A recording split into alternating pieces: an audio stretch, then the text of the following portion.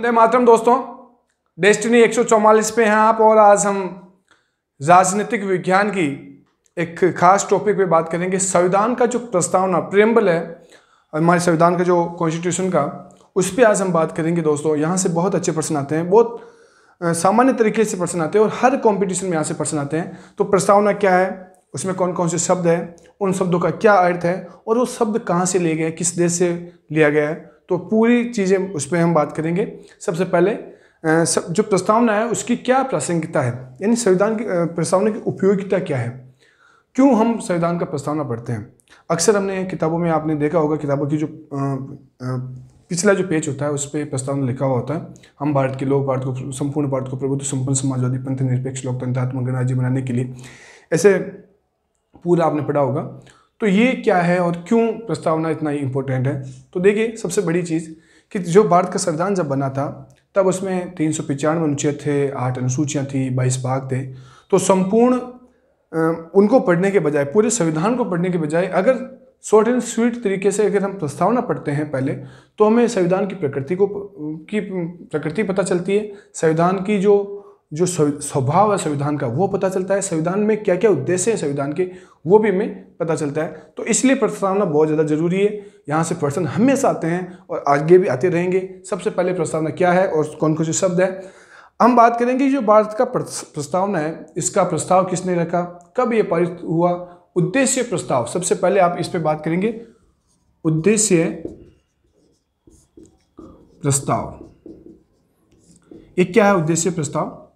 प्रस्तावना का जो उद्देश्य था, या एक उद्देश्य प्रस्ताव के नाम रूप से एक पत्र या एक प्रकार से आप कह सकते हैं कि बिल उस वक्त संविधान सभा में रखा गया था। और ये उद्देश्य प्रस्ताव रखा था 13 दिसंबर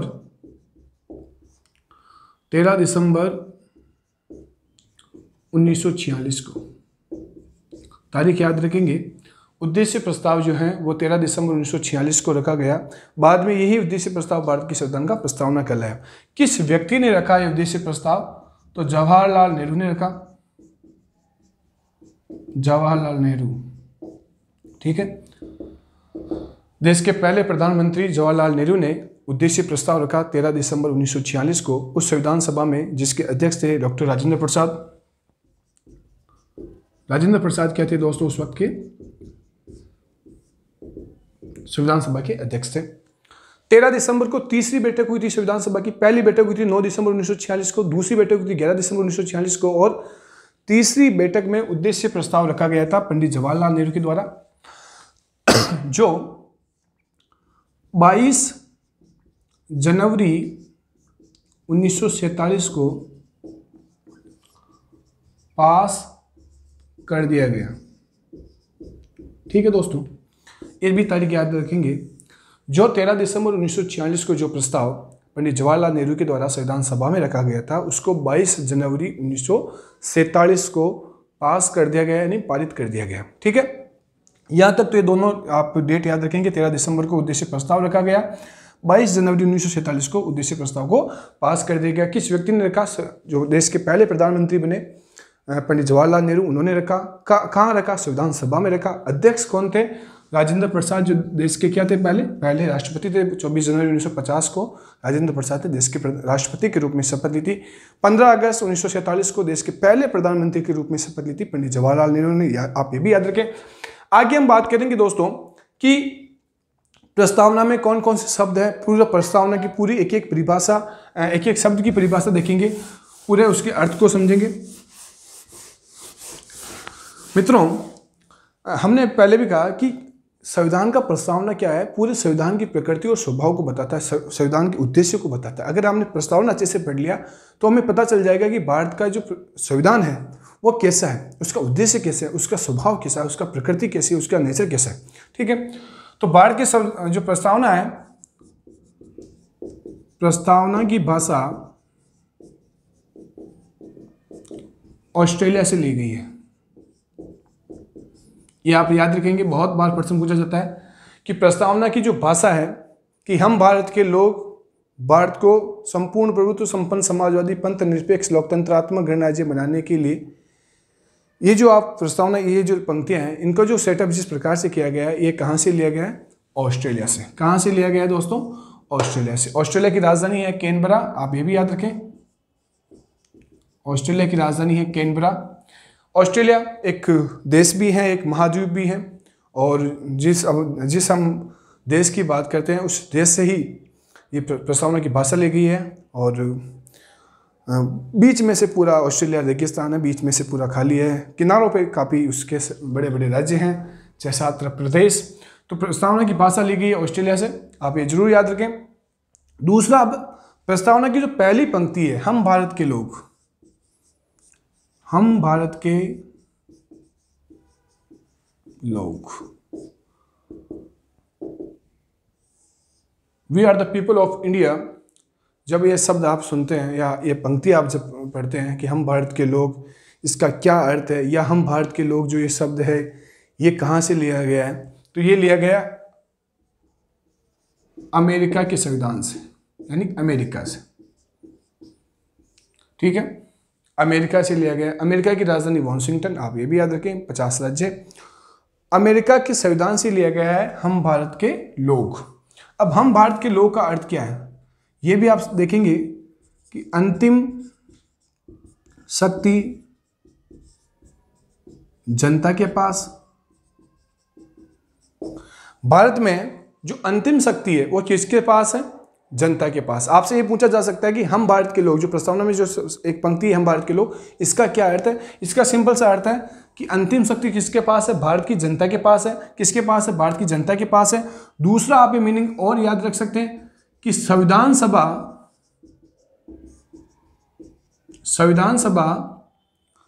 भारत की जनता का प्रतिनिधित्व करती है, ठीक है। संविधान सभा भारत की जनता का प्रतिनिधित्व करती है, एक ये भी याद रखें। और दूसरा कि अंतिम शक्ति जो है, अंतिम शक्ति वो किसके पास है? भारत की जनता के पास। यहां हम शब्द का अर्थ है भारत की जनता, आप सिंपल से याद रखें, जनता। बहुवचन के रूप में आप इसको लेंगे तो हम भारत के लोग कहां से लिए गए? अमेरिका से लिया गया। और उस हम भारत के लोग का अर्थ क्या है? अंतिम शक्ति भारत की जनता के पास है। कोई भी निर्णय हो, चाहे वो, क्योंकि भारत क्या एक डेमोक्रेसी कंट्री है, तो भारत में जो अंतिम निर्णय लिया जाएगा वो जनता के द्वारा ही लिया जाएगा, क्योंकि जनता का शासन जनता के लिए, जनता के द्वारा, ठीक है। अब बात करेंगे दोस्तों कि हम भारत के लोग भारत को प्रभुत्व संपन्न, एक शब्द आता है प्रभुत्व संपन्न, प्रभुत्व संपन्न, इसका क्या अर्थ है? प्रभुत्व संपन्न, प्रभुत्व संपन्न का यह मतलब है कि भारत किसी भी बाहरी राज्य के अधीन नहीं है। निर्णय लेने के लिए भारत किसी भी बाहरी राज्य के अधीन नहीं है, स्वतंत्र है। भारत क्या है? बाहरी राज्य के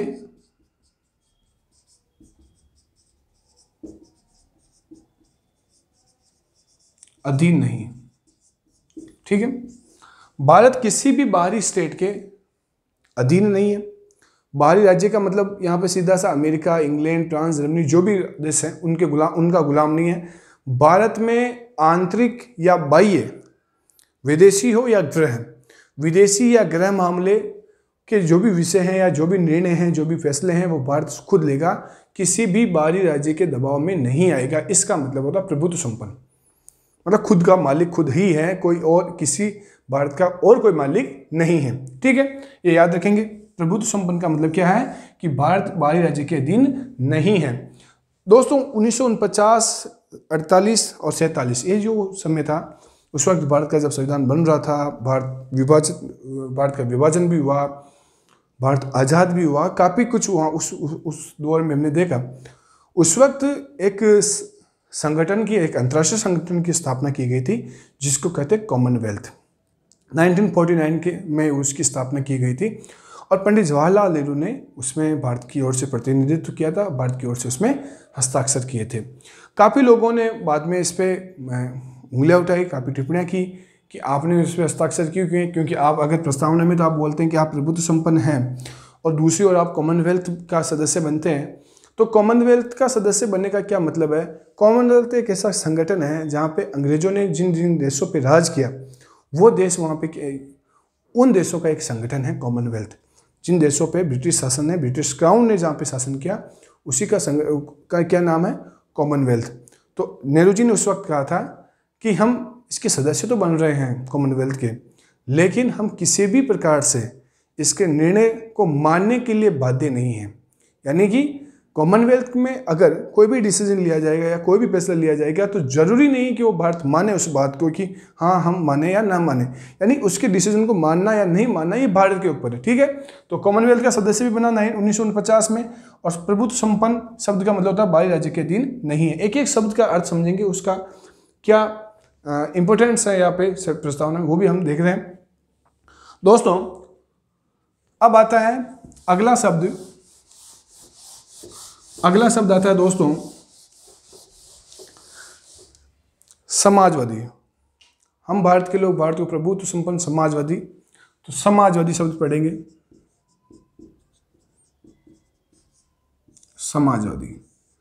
समाजवादी नाम से एक पार्टी भी है, समाजवादी पार्टी, जिस पार्टी की ओर से अखिलेश यादव और मुलायम सिंह यादव उत्तर प्रदेश के मुख्यमंत्री रहे, उसकी राष्ट्रीय अध्यक्ष आज अखिलेश यादव हैं।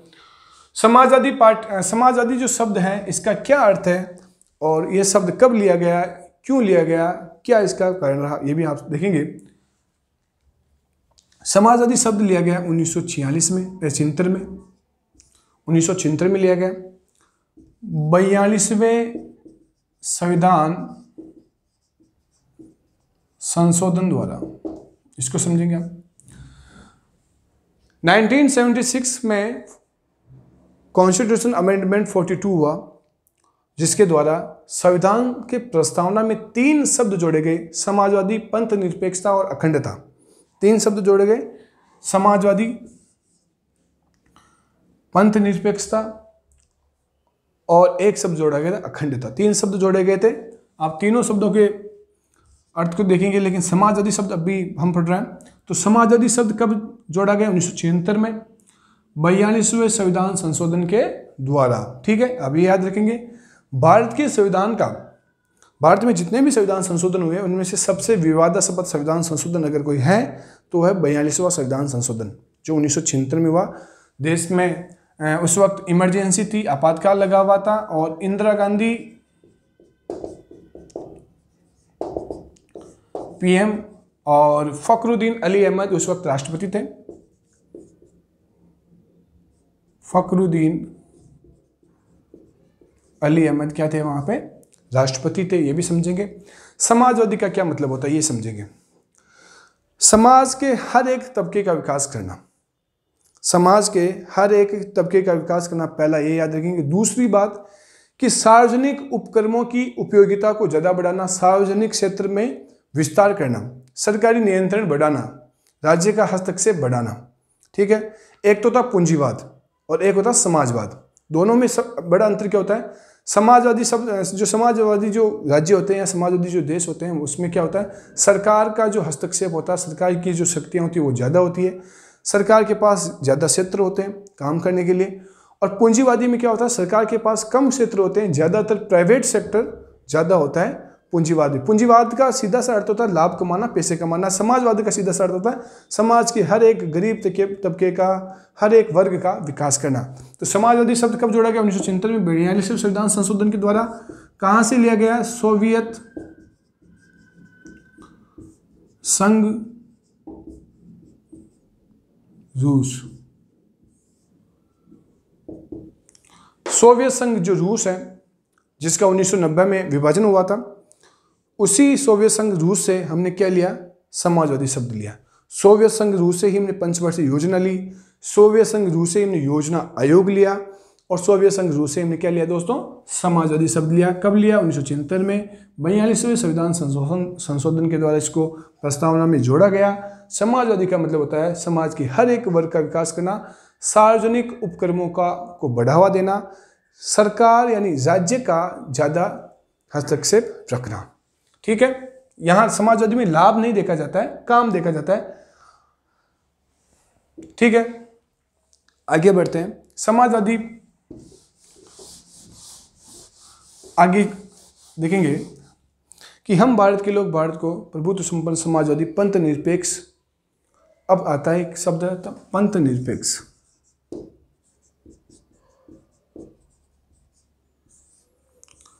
अगर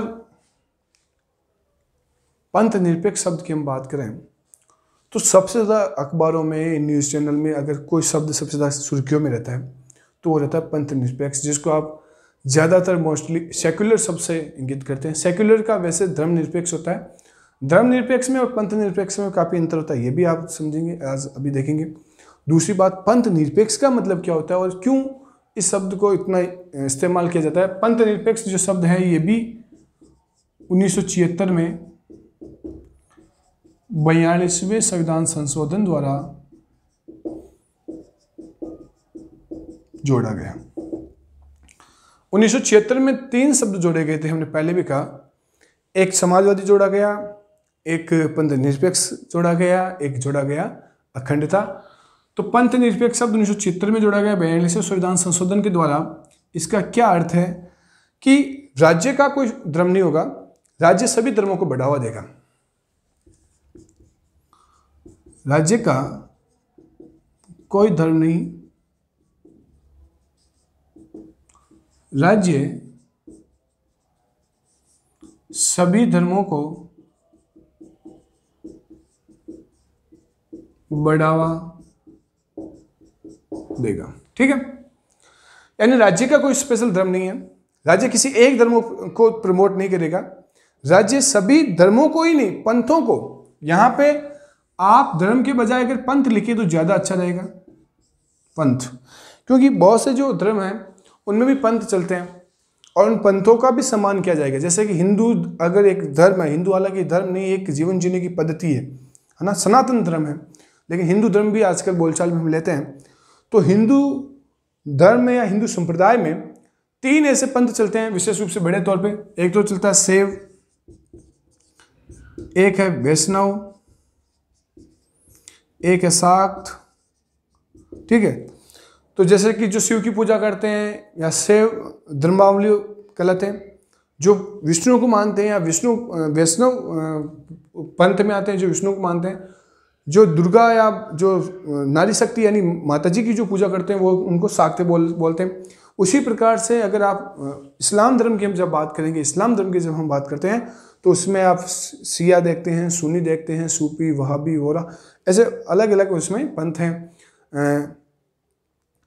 बौद्ध धर्म में भी हीनयान, महायान, और फिर बाबा साहब भीमराव अम्बेडकर ने जब 1956 में बौद्ध धर्म में एक नई शाखा दी थी, महायान, नवयान, है ना, भीमराव अम्बेडकर ने एक नई शाखा दी थी, नवयान।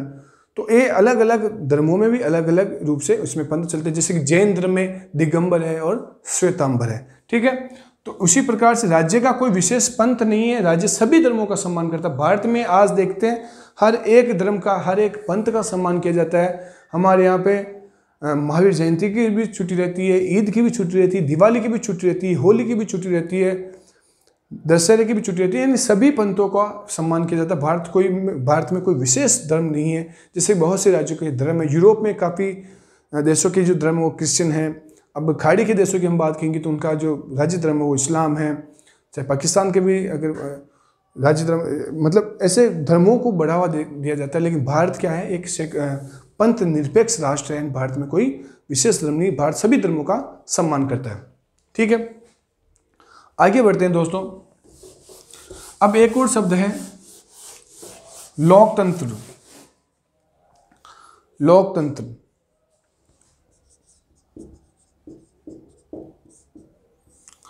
लोकतंत्र का क्या अर्थ है? डेमोक्रेसी शब्द से बना है। डेमोक्रेसी शब्द से बना है। डेमोक्रेसी का सिंपल सा मतलब डेमोस प्लस क्रेसिया यानी जनता का शासन। डेमोस मतलब जनता यानी भीड़ और क्रेसिया मतलब शासन। तो जनता का शासन, डेमोक्रेसी का मतलब ही होता है जनता का शासन।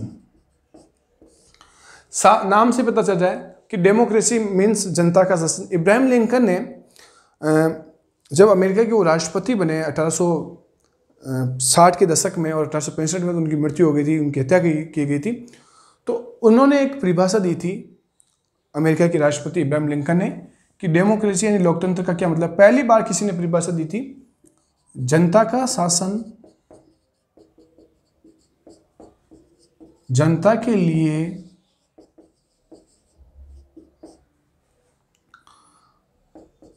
जनता के द्वारा।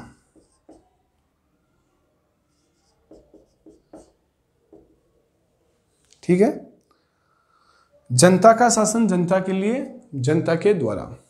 ठीक है, तो ये परिभाषा दी थी इब्राहिम लिंकन ने, और इस परिभाषा का सिंपल सा अर्थ ये है कि जनता अपने शासक का चुनाव खुद करेगी, अपने में से करेगी, और वही शासक क्या करेगा, एक निश्चित समय में निश्चित समय तक वहां पे राज करेगा। यानी जनता अपना राजा खुद चुनेगी। एक तो होता है राजतंत्र और एक होता है लोकतंत्र। तो लोकतंत्र, भारत भी क्या है, एक लोकतांत्रिक राष्ट्र है। इसमें जनता खुद अपना शासक चुनती है। प्रधानमंत्री का चुनाव भी भारत की जनता के द्वारा किया जाता है। और एक भारत के राष्ट्रपति, जो देश का पहला नागरिक है, उनका चुनाव भी भारत की जनता के द्वारा अप्रत्यक्ष रूप से किया जाता है। तो आप याद रखें, जनता का शासन जनता के लिए जनता के द्वारा। इब्राहिम लिंकन ने कहा ये बात। डेमोक्रेसी का सिंपल सा अर्थ होता है जनता का शासन, आप ये भी याद रखेंगे। एक विचारक हुए हैं राजनीतिक विज्ञान में और बहुत महान विचारक हुए बेंथम साहब। तो बेंथम ने भी कहा है कि एक व्यक्ति बराबर एक वोट। एक व्यक्ति बराबर एक वोट, ये किसने कहा, बेंथम ने। ठीक है, बेंथम ने कहा कि एक व्यक्ति एक वोट देगा, यही लोकतंत्र है। और इसी बेंथम की परिभाषा को आगे बढ़ाकर बाबा साहब भीमराव अंबेडकर ने कहा कि एक व्यक्ति बराबर एक वोट बराबर एक वैल्यू। भारत रत्न बाबा साहब भीमराव अंबेडकर ने क्या कहा कि एक व्यक्ति बराबर एक वोट बराबर उसकी क्या वैल्यू भी क्या रहेगी, एक ही रहेगी। यानी समान वैल्यू रहेगी, समान वोट रहेंगे और समान व्यक्तियों के लिए होगा। तो डेमोक्रेसी का अर्थ सिंपल सा याद रखेंगे, जनता का शासन जनता के लिए जनता के द्वारा। जनता अपने राजा का चुनाव अपने में से करेगी। ठीक है, तो ये लोकतंत्र की परिभाषा हुई। आगे एक और शब्द आता है दोस्तों, और ये आज की कक्षा के लिए आखिरी शब्द होगा क्योंकि ज़्यादा बड़ी क्लास नहीं लेंगे। आगे एक और शब्द आता है गणराज्य। गणराज्य बहुत बार सुना होगा आपने। और रिपब्लिक डे हम अक्सर मनाते हैं 26 जनवरी को, जब हमारा भारत का संविधान लागू हुआ था 26 जनवरी को। हालांकि संविधान बनकर तैयार होता हूँ 26 नवंबर 1949 को। उस दिन 15-16 अनुच्छेद लागू किए गए थे। उसके बाद में पूर्ण रूप से संविधान जो है वो लागू किया गया था 26 जनवरी 1950 को। तो गणतंत्र दिवस मनाते हैं। गणराज्य शब्द का क्या अर्थ है और कहाँ से लिया गया है? फ्रांस से लिया गया है। फ्रांस से लिया गया। फ्रांस एक यूरोप का बहुत प्रसिद्ध देश है। फ्रांस की राजधानी पेरिस, आप ये याद रख सकते हैं। फ्रांस से गणराज्य शब्द लिया गया। आपसे पूछा जा सकता है गणराज्य शब्द कहाँ से लिया गया? फ्रांस से। गणराज्य का मतलब क्या होता है? देश के सर्वोच्च अधिकारी का चुनाव जनता करेगी। ठीक है, देश के सर्वोच्च अधिकारी का चुनाव, जो सबसे पहला व्यक्ति है, जैसे कि भारत का राष्ट्रपति भारत का पहला व्यक्ति है, भारत का सर्वोच्च अधिकारी है, उसका चुनाव कौन करेगी? जनता करेगी। तो वो राज्य, अगर ऐसी व्यवस्था है उस राज्य में, तो वो राज्य कौन सा कहलाएगा? गणराज्य कहलाएगा। कहाँ से लिया गया? फ्रांस से। गणराज्य शब्द कहाँ से लिया गया? फ्रांस से। देश की सर्वोच्च अधिकारी का चुनाव जनता करेगी, ये याद रखें। और दूसरी सबसे बड़ी बात ये कि कहाँ से लिया गया? फ्रांस से लिया गया। भारत भी क्या है? एक गणराज्य है, क्योंकि भारत में राष्ट्रपति का चुनाव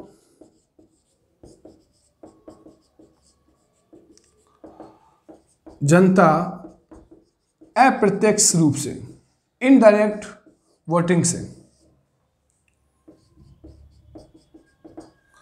इनडायरेक्ट वोटिंग से हम राष्ट्रपति का चुनते हैं, हम एमएलए को वोट करते हैं, हम मेंबर ऑफ पार्लियामेंट को वोट करते हैं, फिर वही राज्यसभा के सदस्य, वही लोकसभा के सदस्य, वही विधानसभा के सभी निर्वाचित सदस्य राष्ट्रपति को चुनते हैं।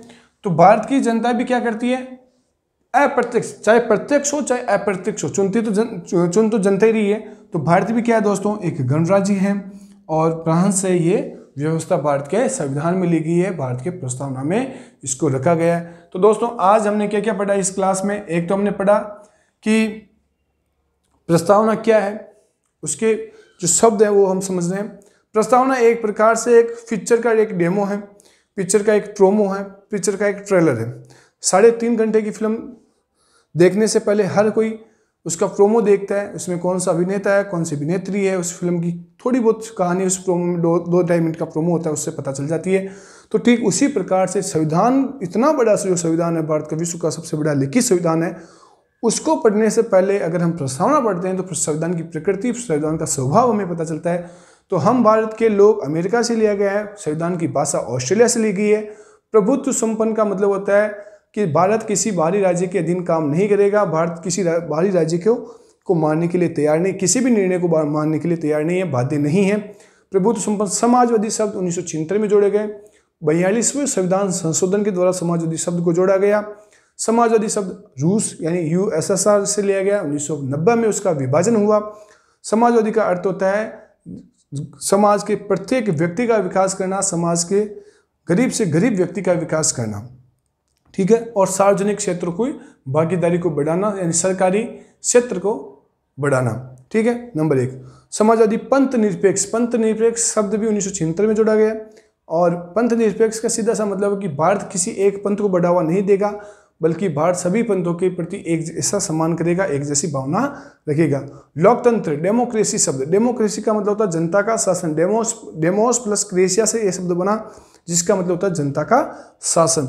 और डेमोक्रेसी शब्द की जो मूल रूप से परिभाषा दी गई थी वो 1860 के दशक में दी गई थी अमेरिका के राष्ट्रपति इब्राहिम लिंकन के द्वारा। उन्होंने कहा था कि जनता का शासन जनता के लिए, जनता के द्वारा।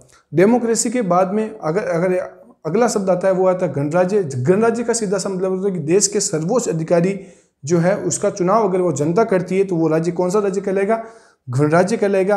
भारत भी क्या एक गणराज्य है, क्योंकि भारत में राष्ट्रपति का चुनाव भारत की जनता के द्वारा किया जाता है अप्रत्यक्ष रूप से। गणराज्य व्यवस्था ली गई है फ्रांस से, जहाँ की राजधानी है पेरिस। तो दोस्तों आज के लिए बस इतना ही। अगली क्लास में जो और भी रह गया है उसको पूरा करेंगे। जय हिंद, जय भारत, वंदे मातरम, भारत माता की जय।